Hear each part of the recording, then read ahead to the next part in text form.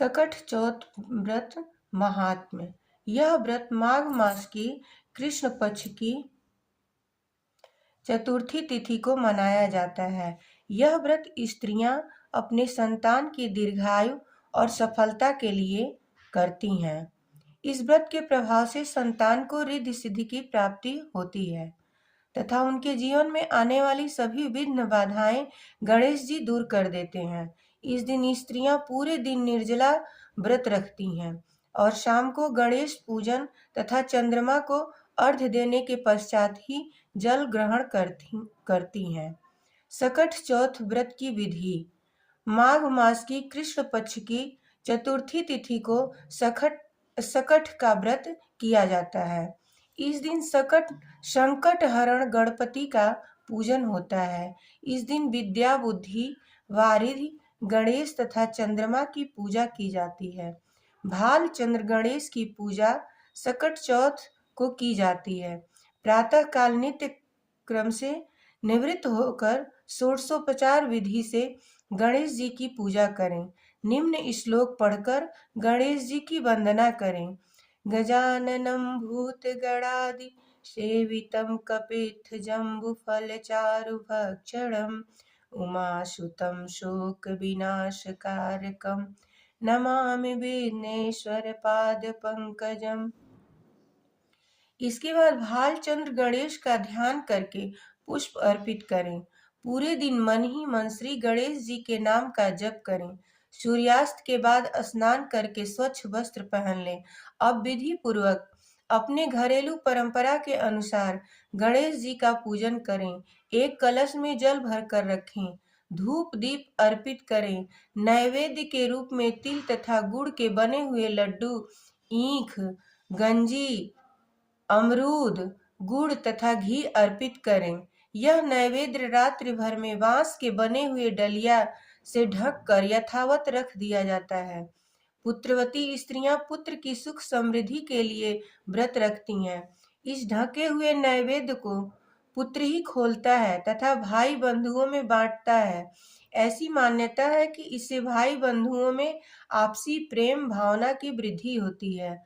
अलग अलग राज्यों में अलग अलग प्रकार के तिल और गुड़ के लड्डू बनाए जाते हैं।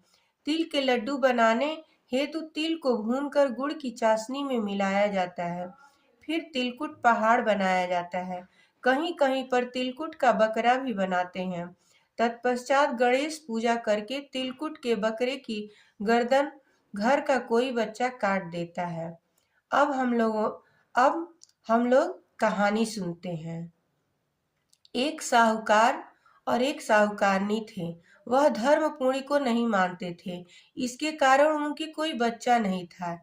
एक दिन साहूकारनी पड़ोसी के घर गई। उस दिन सकट चौथ था। वह पड़ोसन सकट चौथ की पूजा करके कहानी सुना रही थी। साहूकारनी ने पड़ोसन से पूछा, तुम क्या कर रही हो? तब पड़ोसन बोली, आज चौथ का व्रत है, इसलिए कहानी सुना रही हूँ। तब साहूकारनी बोली, चौथ के व्रत करने से क्या होता है? तब पड़ोसन बोली, इसे करने से अन्न धन सुहाग पुत्र सब मिलता है। तब साहूकारनी ने कहा, यदि मेरा गर्भ रह जाए तो मैं 1.25 सेर तिलकुट करूंगी और चौथ का व्रत करूंगी। श्री गणेश भगवान की कृपा से साहूकारनी के गर्भ रह गया तो वह बोली, मेरा लड़का हो जाए तो मैं 2.5 सेर तिलकुट करूंगी। कुछ दिन बाद उसके लड़का हो गया तो वह बोली, हे चौथ भगवान, मेरे बेटे का विवाह हो जाएगा तो 5.25 सेर का तिलकुट करूंगी। कुछ वर्षों बाद उसके बेटे का विवाह तय हो गया और उसका बेटा विवाह करने चला गया, लेकिन उस साहूकारनी ने तिलकुट नहीं किया। इस कारण से चौथ देव क्रोधित हो गए और उन्होंने फेरों से उसके बेटे को उठाकर पीपल के पेड़ पर बिठा दिया। सभी वर को खोजने लगे पर वो नहीं मिला। हताश होकर सारे लोग अपने घर को लौट गए। इधर जिस लड़की से साहूकारनी के लड़के का विवाह होने वाला था, वह अपनी सहेलियों के साथ गणगौर पूजा करने के लिए जंगल में दूब लेने गई। तभी रास्ते में पीपल के पेड़ से आवाज आई, ओ मेरी अर्धब्याही। यह बात सुनकर जब लड़की घर आई, उसके बाद वह धीरे धीरे सूख कर कांटा होने लगी। एक दिन लड़की की माँ ने कहा, मैं तुम्हें अच्छा खिलाती हूँ, अच्छा पहनाती हूँ, फिर भी तू सूखती जा रही है, ऐसा क्यों? तब लड़की अपनी माँ से बोली, वह जब भी दूब लेने जंगल जाती है तो पीपल के पेड़ से एक आदमी बोलता है कि ओ मेरी अर्धब्याही, उसने मेहंदी लगा रखी है और सेहरा भी बांध रखा है। तब उसकी माँ ने पीपल के पेड़ के पास जाकर देखा कि यह तो उसका जमाई है। तब उसकी माँ ने जमाई से कहा, यहाँ क्यों बैठा है? मेरी बेटी तो अर्धव्याही कर दी और अब क्या लेगा? साहूकारनी का बेटा बोला, मेरी माँ ने चौथ का तिलकुट बोला था लेकिन नहीं किया, इसलिए चौथ माता नाराज हो गई होकर हमको यहाँ बैठा दी हैं। यह सुनकर उस लड़की की माँ साहूकारनी के घर गई और उससे पूछा, तुमने सकट चौथ का कुछ बोला है क्या? तब साहूकारनी बोली, तिलकुट बोला था। उसके बाद साहूकारनी ने बोली, मेरा बेटा घर आ जाए तो 2.5 मन का तिलकुट करूंगी। इससे श्री गणेश भगवान प्रसन्न हो गए और उसके बेटे को फेरों में लाकर बैठा दिया। बेटे का विवाह धूमधाम से हो गया। जब साहूकारनी के बेटे बहू घर आ गए तब साहूकारनी ने 2.5 मन तिलकुट किया और बोली, हे चौथ देव, आपके आशीर्वाद से मेरे बेटा बहू घर आए हैं, जिससे मैं हमेशा तिलकुट करके व्रत करूंगी। इसके बाद सारे नगर वासियों ने तिलकुट के साथ सकट व्रत करना प्रारंभ कर दिया। हे सकट चौथ, जिस तरह साहूकारनी को बेटे बहू से मिलवाया वैसे हम सबको मिलवाना। इस कथा को कहने सुनने वालों का भला करना। बोलो सकट चौथ की जय, श्री गणेश देव की जय। एक अब कहानी नंबर 2। एक बार महादेव जी पार्वती सहित नर्मदा के तट पर गए। वहां एक सुंदर स्थान पर पार्वती जी ने महादेव जी के साथ चौपड़ खेलने की इच्छा व्यक्त की। तब शिव जी ने कहा, हमारी हार जीत का साक्षी कौन होगा? पार्वती ने तत्काल वहां के घास के तिनके बटोर कर एक पुतला बनाया और उसमें प्राण प्रतिष्ठा करके उससे कहा, बेटा हम चौपड़ खेलना चाहते हैं, किंतु यहाँ हार जीत का कोई साक्षी नहीं है, अतः खेल के अंत में तुम हमारी हार जीत के साक्षी होकर बताना कि हम में से कौन जीता कौन हारा। खेल हार आरंभ हुआ। दैव योग से तीनों बार पार्वती जी ही जीती। जब अंत में बालक से हार जीत का निर्णय कराया गया तो उसने महादेव जी को विजयी बताया। परिणामतः पार्वती जी ने क्रुद्ध होकर उसे एक पांव से लंगड़ा होने और वहां के कीचड़ में पड़ा रहकर दुख भोगने का शाप दे दिया। बालक ने विनम्रता पूर्वक कहा, माँ मुझसे अज्ञानवश ऐसा हो गया, मैंने किसी कुटिलता या द्वेष के कारण ऐसा नहीं किया, मुझे क्षमा करें तथा शाप से मुक्ति का उपाय बताएं। तब ममता रूपी माँ को उस पर दया आ गई और वे बोली, यहाँ नाग कन्याएं गणेश पूजन करने आएंगी, उनके उपदेश से तुम गणेश व्रत करके मुझे प्राप्त करोगे। इतना कहकर वे कैलाश पर्वत चली गईं। 1 वर्ष बाद वहां श्रावण में नाग कन्याएं गणेश पूजन के लिए आईं। नाग कन्याओं ने गणेश व्रत करके उस बालक को भी व्रत की विधि बताई। तत्पश्चात बालक ने 12 दिन तक श्री गणेश जी का व्रत किया। तब गणेश जी ने उसे दर्शन देकर कहा, मैं तुम्हारे व्रत से प्रसन्न हूँ, मनोवांछित वर मांगो। बालक बोला, भगवान मेरे पाँव पाँव में इतनी शक्ति दे दो कि मैं कैलाश पर्वत पर अपने माता पिता के पास पहुंच सकूं और वे मुझ पर प्रसन्न हो जाएं। गणेश जी तथास्तु कहकर अंतर्ध्यान हो गए और बालक भगवान शिव के चरणों में पहुंच गया। शिव जी ने उससे वहां तक पहुंचने के साधन के बारे में पूछा। तब बालक ने सारी कथा शिव जी को सुना दी। उधर उसी दिन से अप्रसन्न होकर पार्वती जी शिव जी से भी विमुख हो गई थीं। तदुपरांत भगवान शंकर ने भी बालक की तरह 21 दिन पर्यंत श्री गणेश व्रत किया, जिसके प्रभाव से पार्वती के मन में स्वयं महादेव जी से मिलने की इच्छा जागृत हुई। वे शीघ्र ही कैलाश पर्वत पर आ पहुंची।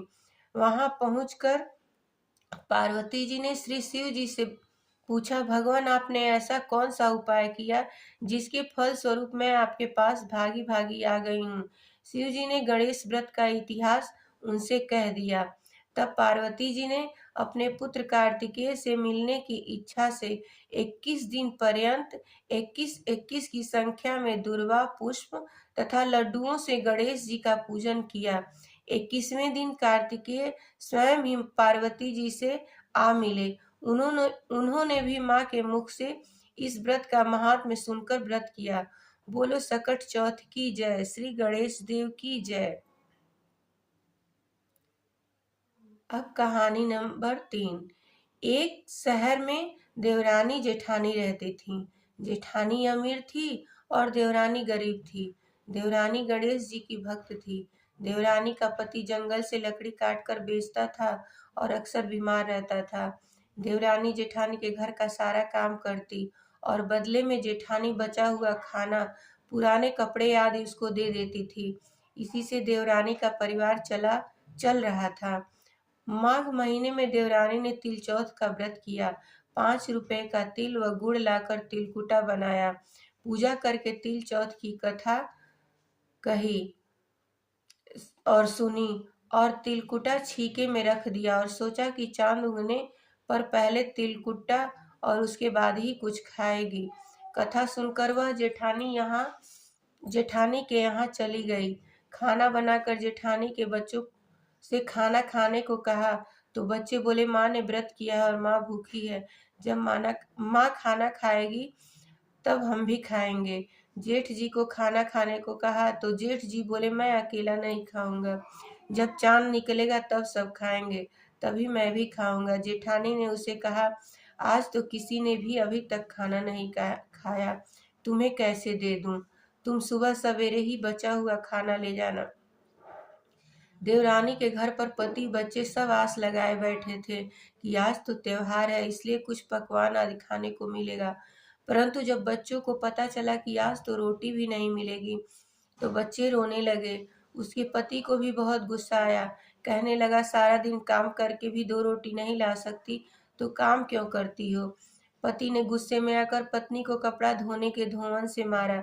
धोना हाथ से छूट गया तो पाटे से मारा।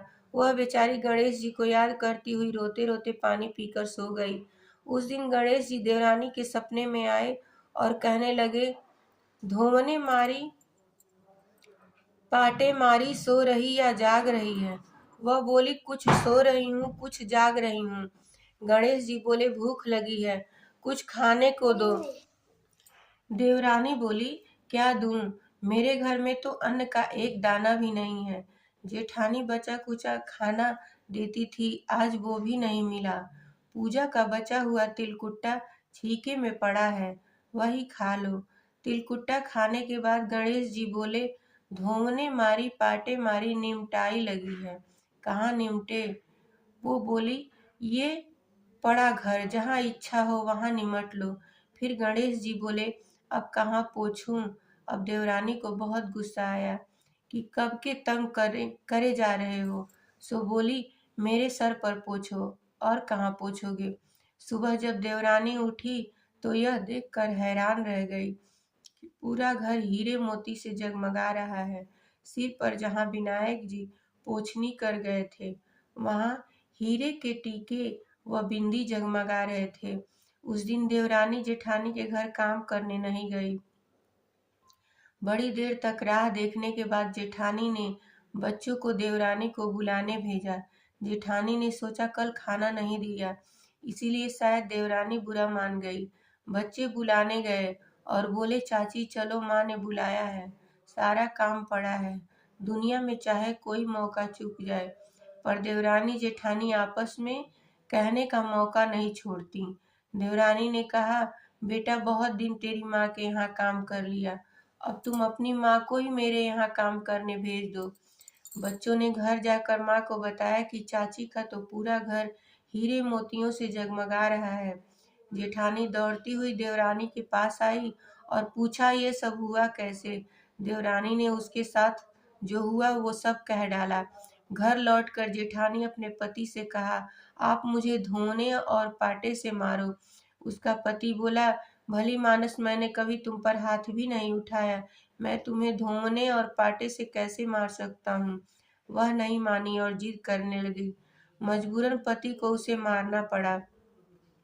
उसने ढेर सारा घी डालकर चूरमा बनाया और छीके में रख कर सो गई। रात को चौथ विनायक जी सपने में आए। कहने लगे, भूख लगी है, क्या खाऊं? जेठानी ने कहा, हे गणेश जी महाराज, मेरी देवरानी के यहाँ तो आपने सूखा चूटी भर तिलकुट्टा खाया था। मैंने तो झरते घी का चूरमा बनाकर आपके लिए छीके में रखा है। फल और मेवे भी रखे हैं, जो चाहे खा लीजिए।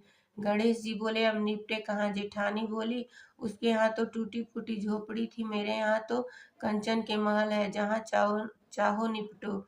फिर गणेश जी ने पूछा, अब पोछू कहाँ? जेठानी बोली, मेरे ललाट पर बड़ी सी बिंदी लगाकर पोछ लो। धन की भूखी जेठानी सुबह बहुत जल्दी उठ गई। सोचा घर हीरे जवाहरात से भर चुका होगा, पर देखा तो पूरे घर में गंदगी फैली हुई थी। तेज बदबू आ रही थी। उसके सिर भी बहुत सी गंदगी लगी हुई थी। उसने कहा, हे गणेश जी महाराज, ये आपने क्या किया? मुझसे रूठे और देवरानी पर टूटे। जेठानी ने घर और सिर की सफाई करने की बहुत ही कोशिश की, परंतु गंदगी और ज्यादा फैलती गई। जेठानी के पति को मालूम चला तो वह भी बहुत गुस्सा हुआ और बोला, तेरे पास इतना सब कुछ था, फिर भी तेरा मन नहीं भरा। परेशान होकर चौथ के विनायक जी गणेश जी से मदद की विनती करने लगी। विनायक जी ने कहा, देवरानी से जलन के कारण तूने जो किया था, यह उसी का फल है। अब तू अपने धन में से आधा उसे देगी, तभी यह सब माफ होगा। उसने आधा धन बांट दिया, किंतु मोहरों की एक हांडी चूल्हे के नीचे गाड़ रखी थी। उसने सोचा किसी को पता नहीं चलेगा और उसने उस धन को नहीं बांटा। उसने कहा, हे चौथ विनायक जी, अब तो अपना यह बिखराव समेटो। वे बोले, पहले चूल्हे के नीचे गाड़ी हुई मोहरों की हांडी सहित ताक में रखी 2 सुई की भी पाती कर। इस प्रकार विनायक जी ने सुई जैसी छोटी चीज का भी बंटवारा करवाकर अपनी माया समेटी। हे गणेश जी महाराज, जैसे आपने देवरानी पर कृपा करी, वैसी सब पर करना। कहानी कहने वाले, सुनने वाले व हुंकारा भरने वाले सब पर कृपा करना, किंतु जेठानी को जैसी सजा दी वैसी किसी को मत देना। बोलो सकट चौथ की जय। श्री गणेश देव की जय।